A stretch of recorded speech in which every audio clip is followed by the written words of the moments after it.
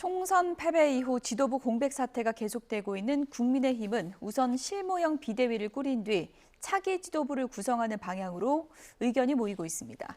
더불어민주당은 총선 뒤 첫 최고위에서 대통령실 인사 개편은 국정기조 전환의 계기가 돼야 한다고 강조했습니다. 국회 취재기자 연결해서 자세하게 알아보겠습니다. 강민경 기자. 네, 국회에 나와 있습니다. 국민의힘이 내부 혼란을 수습하기 위한 중진회의를 했는데요. 관련 내용 전해주시죠. 네, 지도부 공백 사태를 맞은 지 닷새째인 오늘 국민의힘은 윤재욱 원내대표 주재로 4선 이상 중진 당선인 간담회를 열었습니다. 1시간 동안 이어진 회의에서 윤 원내대표를 포함한 중진들은 당원 당규에 따라 우선 비대위를 꾸리는 쪽으로 잠정 결론을 내렸습니다.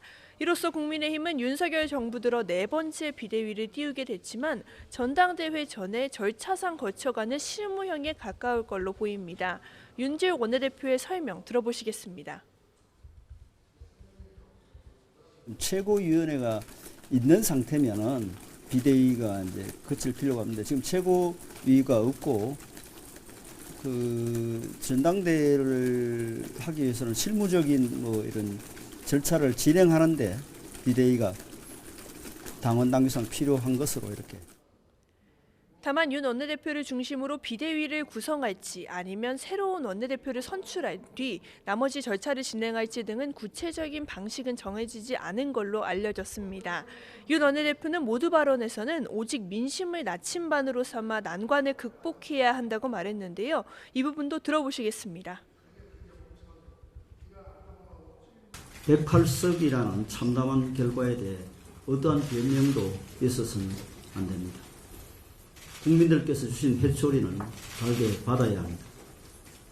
이제 우리는 국민의 신뢰와 지지를 다시 받을 수 있는 정당으로 거듭나는 여정을 시작해야 합니다. 윤재욱 원내대표는 내일은 당선자 간담회를 통해 당내 의견을 추가로 수렴한다는 계획입니다. 네, 민주당은 오늘 선거 뒤 첫 최고위 회의를 열었는데 이재명 대표가 이 자리에서 정부 여당에 쇄신을 주문했죠. 그렇습니다. 이재명 대표는 총선 뒤 주재한 첫 지도부 회의에서 정부의 인적 개편설과 관련해 그간의 국정 실패를 반성하고 국정 기조 전반을 전환하는 계기로 삼아야 한다며 운을 뗐습니다. 하지만 이번 인사 개편의 하마평에 오르는 분들을 보면 대통령이 총선 민의를 수용할 생각이 있는지 우려된다고 했는데요. 직접 들어보시겠습니다.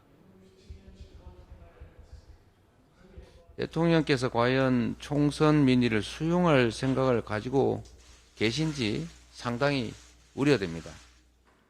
국민의 뜻을 무시하고 국민과 맞서면 어떤 결과가 빚어지는지 이미 확인하셨을 것으로 생각이 됩니다.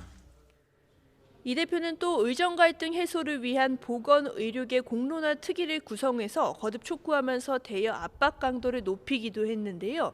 쌍방울 대북 송금 의혹으로 구속 수감 중인 이화영 전 경기도 평화부지사가 최근 재판에서 김성태 전 쌍방울그룹 회장 등의 회유로 진술을 조작했다고 주장한 데 대해서도 비판을 쏟아냈습니다.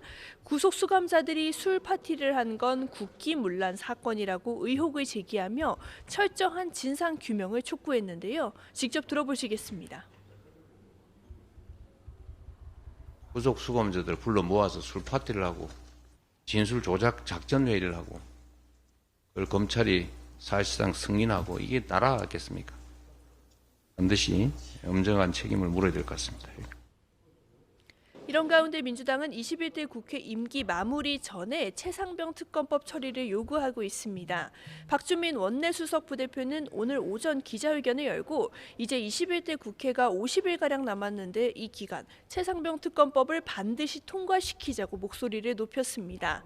다만 국민의힘은 최상병 특검법을 굳이 이번 국회 안에 처리해야 하느냐며 부정적인 입장을 피력하고 있습니다.